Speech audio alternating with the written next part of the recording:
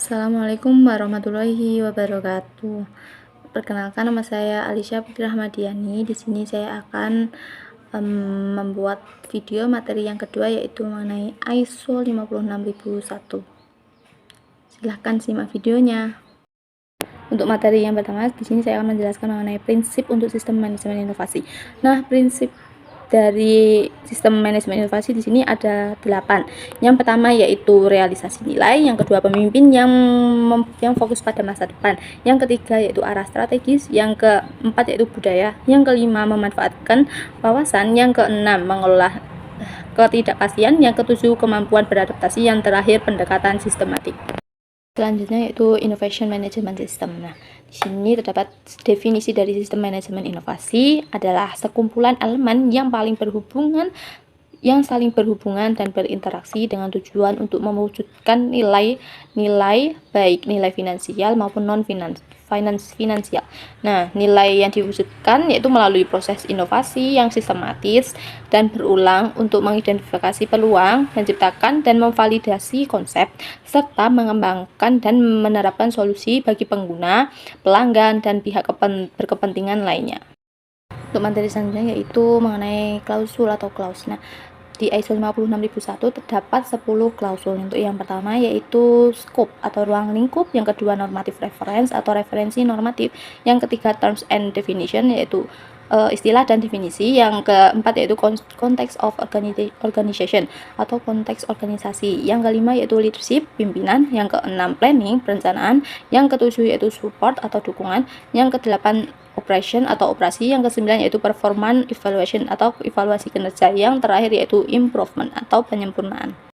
Selanjutnya yaitu saya akan membahas dari klausul keempat dari ISO 56001 yaitu konteks organisasi. Nah, untuk pembahasan yang pertama di sini yaitu mengenai memahami organisasi dan konteksnya, yang kedua memahami kebutuhan dan harapan pihak yang berkepentingan, yang ketiga menentukan ruang lingkup sistem manajemen inovasi, yang selanjutnya yaitu niat inovasi, yang selanjutnya yaitu ruang lingkup sistem manajemen inovasi, yang terakhir sistem manajemen inovasi.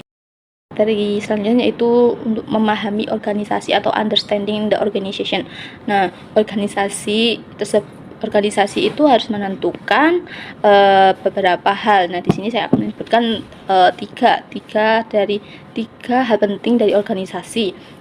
Nah, yang pertama yaitu isu-isu eksternal dan internal yang relevan dengan tujuan organisasi serta yang mempengaruhi kemampuannya untuk mencapai hasil yang diinginkan dari sistem manajemen inovasinya.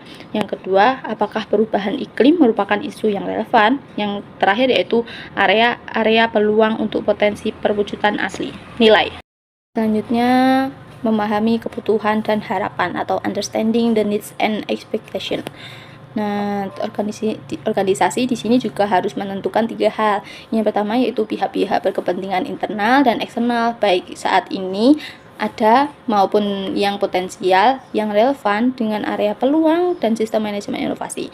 Yang kedua yaitu kebutuhan, harapan, dan persyaratan yang relevan, baik yang saat ini ada maupun yang diantisipasi dari pihak-pihak berkepentingan. Yang ketiga yaitu kebutuhan, harapan, dan persyaratan mana yang akan dipenuhi melalui sistem manajemen inovasi. Untuk materi selanjutnya yaitu menentukan ruang lingkup atau determining scope. Nah, di sini inovasi. Untuk yang pertama yaitu pembahasannya mengenai inovasi. Nah, suatu organisasi harus menetapkan maksud inovasinya dengan mempertimbangkan area-area peluang serta kebutuhan, harapan, dan persyaratan pihak-pihak berkepentingan. Nah, maksud dari inovasi tersebut harus tersedia sebagai informasi terdokumentasi. Nah, untuk ruang lingkup sistem manajemen inovasi di sini yaitu organisasi harus menetapkan batasan dan penerapan sistem manajemen inovasi untuk menentukan ruang lingkupnya. Untuk materi selanjutnya itu sistem manajemen inovasi. Nah, inovasi wajib menetapkan, mengimplementasikan, memelihara dan secara berkelanjutan meningkatkan sistem manajemen inovasi yang mencakup proses-proses serta elemen-elemen lain dari sistem manajemen beserta interaksinya sesuai dengan persyaratan yang ditetapkan dalam dokumen ini. Untuk selanjutnya yaitu leadership. Nah, di sini pembahasannya yaitu kepemimpinan dan komitmen. Yang kedua, kebijakan inovasi. Yang ketiga, strategi inovasi. Yang keempat, budaya inovasi. Selanjutnya, leadership and commitment. Nah, secara umum atau secara general, pimpinan puncak menunjukkan kepemimpinan dan komitmen terhadap sistem manajemen inovasi. Nah, untuk memastikan inovasi menjadi bagian integral dalam arah strategis organisasi.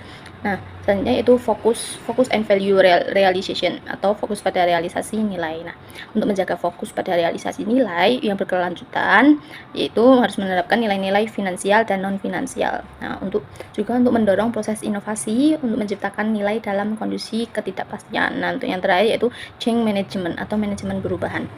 Nah, memimpin dan mendukung perubahan yang diperlukan dalam organisasi. Untuk yang terakhir itu membangun budaya adaptif untuk mendukung inovasi berkelanjutan. Selanjutnya itu innovation policy atau kebijakan inovasi. Nah, ini yaitu harus menetapkan kebijakan inovasi. Yaitu ada 5 untuk menetapkan kebijakan inovasi. Yang pertama itu selaras dengan visi, misi, dan strategi organisasi. Yang kedua, membuat komitmen terhadap inovasi dan perbaikan berkelanjutan. Yang ketiga, menjadi dasar penetapan tujuan dan indikator inovasi.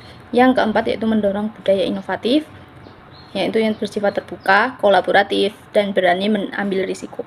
Yang terakhir yaitu mempertimbangkan kebutuhan pemangku kepentingan. Itu yang kedua yaitu communicating the innovation policy atau mengkomunikasikan kebijakan inovasi. Di sini terdapat ada 3. Yang pertama, tersedia sebagai informasi terdokumentasi. Yang kedua, dikomunikasikan, dipahami, dan diterapkan di dalam organisasi. Yang terakhir yaitu tersedia bagi pihak-pihak yang berkepentingan sesuai dengan kebutuhan.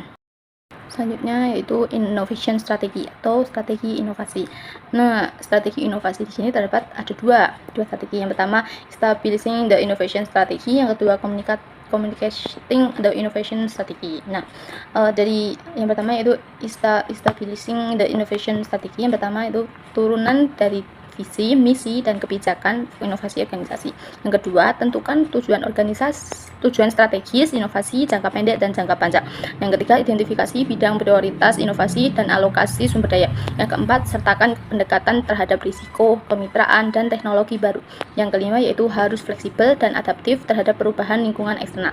Nah, yang kedua yaitu communicating the innovation strategy. Di sini ada 3. Yang pertama yaitu tersedia sebagai informasi dokumentasi, yang kedua dikomunikasikan, dipahami, dan diterapkan di dalam organisasi. Yang ketiga yaitu tersedia bagi pihak-pihak yang berkepentingan dan sesuai kebutuhan. Selanjutnya yaitu innovation culture atau budaya inovasi. Nah, pimpinan puncak harus menetapkan dan mempromosikan budaya organisasi yang diperlukan untuk mendukung kegiatan inovasi dengan cara.